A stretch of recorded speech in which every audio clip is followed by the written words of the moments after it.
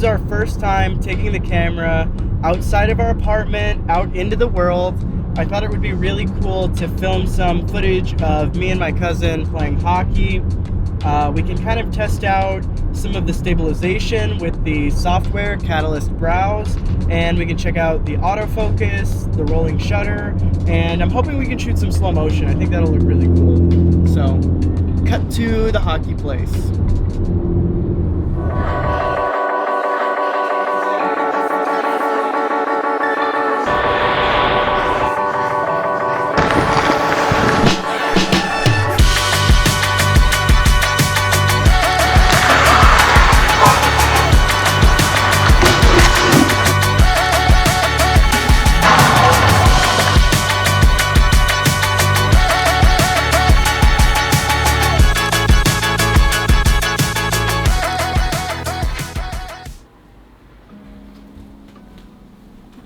Okay, so with this camera, I want to talk to you a little bit about the locking E-mount. It's a little complicated to use at first. I almost dropped my lenses a couple times. I don't want the same thing to happen to you, so I'm going to show you how this works. So there's a little lever right here, and you want it in release. So you're going to use 2 fingers to turn this over, and it's not quite going to line up the dots. So then you'll flip the switch, and then it'll easily move over and you'll hear a click and the lens is loose. When you hear that click, the lens is completely loose and it will fall off if you're not holding on to it.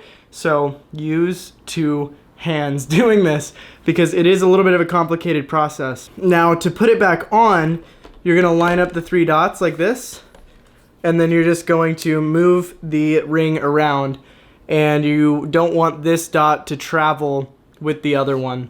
So it's pretty simple once you get the hang of it, but it's a little bit tricky at first. All right, so we are going to take the camera for another spin out here in Fort Worth. We're just gonna test the dynamic range, test some of the s-cinetone. I've been shooting some in the S-Log3 profile and I really like it. So I want a little bit more comparison between the two just to determine what is the best to shoot on, to grade with, which one's going to have a lower noise level. So we're gonna check those things out, and then also I'm interested to see the stability of the camera. We might get some walking around footage and test more of the stabilization. On the viewfinder, I'm not seeing a lot of harsh lines. So the highlight roll-off is really nice, and of course the variable ND comes in clutch, allowing me to shoot at f1.4 in bright daylight, which is awesome.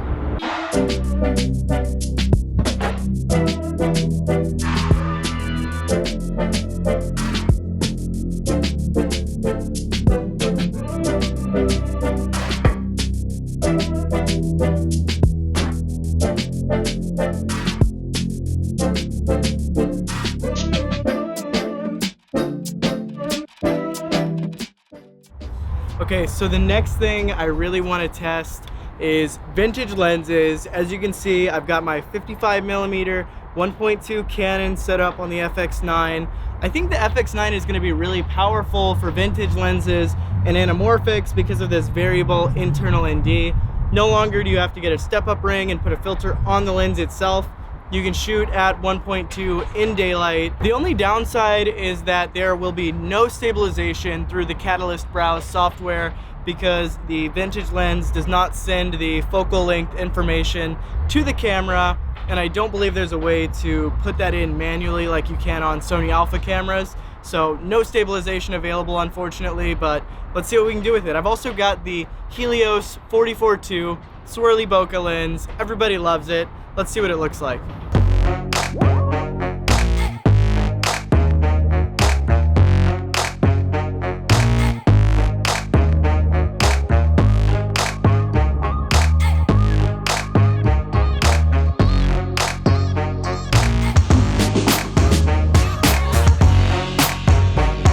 So I think one of the challenges right off the bat shooting with the new camera is getting handheld motion. You ever see those videos by Daniel Schiffer and Peter Lindgren? They do that crazy cinematic B-roll where they're moving the camera around, going crazy with all the handheld stuff. Well, it's a little bit different with this camera. you're using your body to kind of become a human slider a little bit, but there's less ability to do this with your hands with this camera. So I'm kind of learning how to get the smoothest shots handheld, because it's definitely a little bit different than using a mirrorless camera. Next, we're gonna film a couple shots with the 120 frames per second in 1080.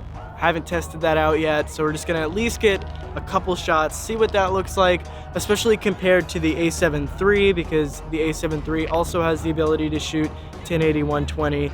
And then I also want to give Kristen the camera a little bit, let her shoot in some good light. She shot most of that hockey footage, and then we'll get her take on this camera.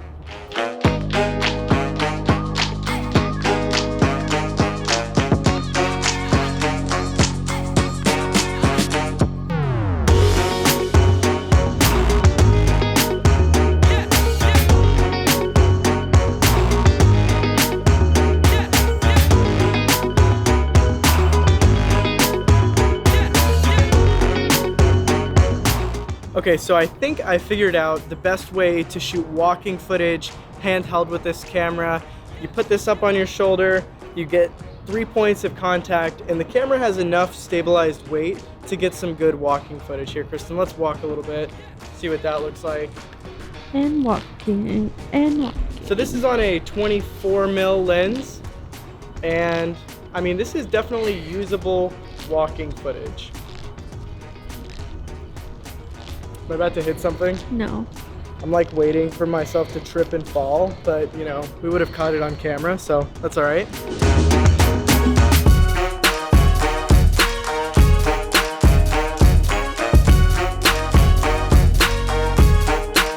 Kristen, you cross your eyes when you look at the viewfinder. No, I don't. Yes, you seriously do. Am I I don't know how to cross my eyes. Well, you're doing it. What do you think of the camera? This lens looks really pretty on here. The Sigma 24? You know what's pretty crazy is that your face is tack sharp, but the background is swirly. And in the past, oh my God, I thought this was the vintage lens. No, that's the Sigma 24. Oh my gosh, the trees look crazy. I have trouble keeping it steady. I also have trouble controlling my settings just because I haven't researched it as much as you have, but the lenses look way better on this camera just because the face autofocus is so tack sharp. I'm no longer gonna get talked down to about faces being out of focus now if I use it. Yeah, I know, that was like one of the reasons that I really wanted to get this camera, is just imagining how it would work with the Sigma art lenses on a full frame cinema camera, and I mean, it doesn't disappoint at all. Okay, so let's talk a little bit about the body of this camera. I really like the body of it. I like how it feels, but the one thing that I would like to see changed regards to this hand grip. Now, the hand grip is really nice. It's got zoom control, it's got a record button, it's got a joystick to go through the menus, and you can also select your autofocus points with it. I like that you can rotate it around like this. It's a really nice ergonomic piece of gear, but you cannot set the camera down with the hand grip attached with this arm because it's not flat. So what I really wish is that this hand grip would be able to come off and just mount right to this rosette and just be a smaller package. You still may not be able to set it down, but it would be much easier to take off and much more portable, much more easy to set down with the hand grip on it. So that's the one thing I would change. That's the one thing that's kind of bothering me a little bit. Just takes a little bit of getting used to, I guess. But overall, love it.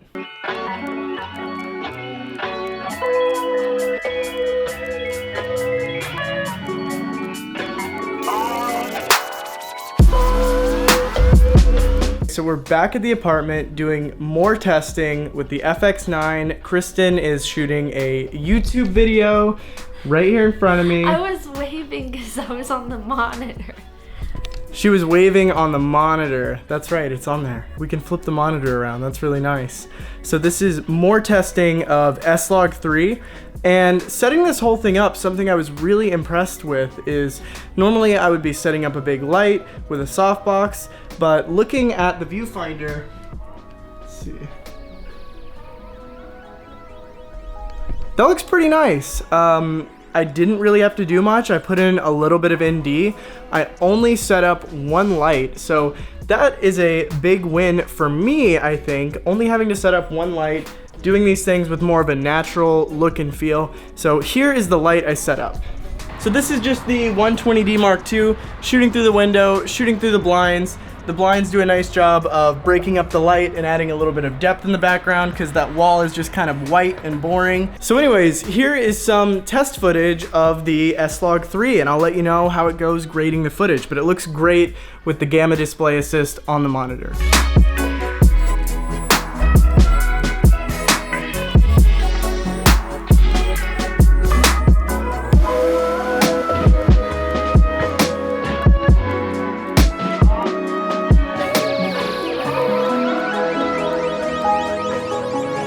One thing, I knew it was a little bit of a long shot, but I wanted to try and get this camera onto my Ronin S because it does technically fit into the weight specifications of the gimbal, but I did give it a good try, a good college try, but it did not balance on the Ronin S for me. With my current configuration, I'm sure somebody else could tinker with it to the point that they could get it on the Ronin S, but I didn't really want to spend that much time on it. I didn't think it was going to be a good fit for me either way.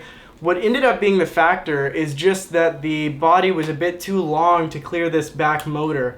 So I'm kind of trying to decide, do I want to get a big professional gimbal for this, or do I want to get some kind of Steadicam solution, or do I just want to shoot with it handheld and just keep it on a tripod, keep it handheld, and really embrace that look, since I use that look so much and I can always use one of the a7 IIIs on the gimbal. So let me know what you think of that. Let me know if you have any ideas, because I'm kind of stumped with this one.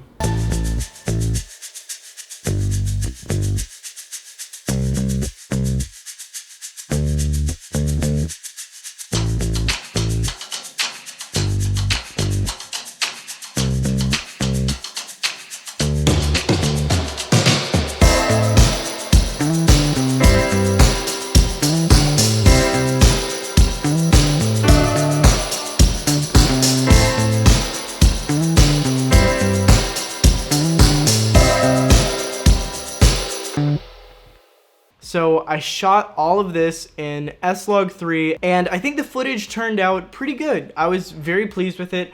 I think I was the happiest with the 4K 60 Super 35 footage. And I think that that is a really great feature that this camera offers, is 4K 60. The footage looks incredible even with the Super 35 crop.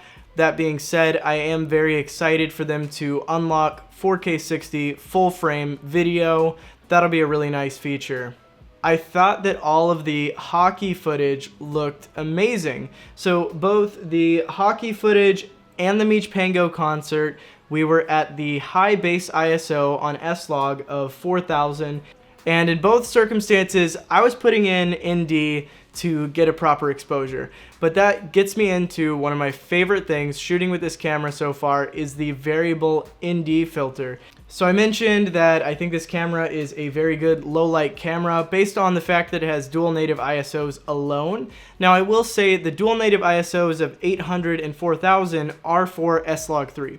When you're shooting s-cinetone, I believe it is 320 and 1600. So those numbers do have a little bit of variation, but overall I think that this alone makes the camera really good in low light, because typically I'm not going outside of those parameters, so I'm not adding any gain and I'm not losing any dynamic range. But I did a few tests where I did kind of crank the ISO and test out what the camera could do. And I'll have to say, I'm very pleased with what it provided. I think it's on par, if not better, than my a7 III, and the a7 III is kind of best in class, I feel, right now. Dynamic range, highlight roll-off, and color performance are probably the highlights of this camera. I was just consistently really happy with what I was seeing on the viewfinder. I bought this camera thinking I was going to shoot a lot of s-cinetone, and that was kind of going to be my wheelhouse. But I found that the S-Log3 is just a dream to work with. It's really easy to work with. The Gamma Display Assist in the camera looks great. So I would recommend, if you're picking up this camera, at least give S-Log3 a try, because it is fantastic. Autofocus, again, is one of the highlights of the cameras. It's been advertised a lot that this camera has great autofocus. I haven't shot with the A9, but I would probably compare it to the A9 because it's definitely a step up from my A7 III in terms of tracking faces and being able to select a face. And also, eye autofocus will be coming to this camera in a future firmware update, so there's even more room for improvement. And to my delight, the autofocus works great with my Sigma Art Primes. I have the 24, the 50, and the 85. I shot a very impressive autofocus test with my 85mm at 1.4, tracking Kristen walking towards me, and it looked amazing. There is no chance. I would challenge anyone, any focus puller, I do not think they could do a better job than what the camera did in that situation. And then finally, let's talk a little bit about stabilization. It's been advertised that the camera offers stabilization through the Catalyst Browse app, and I've done a few tests. My analysis of that app is basically that it's a souped up warp stabilizer. Takes the gyroscopic information of the camera, it analyzes the clip in just a couple of seconds, and it spits something out that's usually better than warp stabilizer, but it still has quite a bit of visible warping and artifacts in the image. And if that's the case, then I'm probably out on that. I don't use warp stabilizer if I can notice the wiggle warp or the motion blur. This app gives you a little bit of the motion blur, so it's really not a viable option for me in most cases. But there are definitely certain times where I could see it working, but that kind of opens up one of the things that I was maybe not disappointed with, but I need more practice with this camera, and that's getting smooth shots. So anyways, those are my thoughts right off the bat. I want you to let me know what you think of all this footage, if you're impressed by it.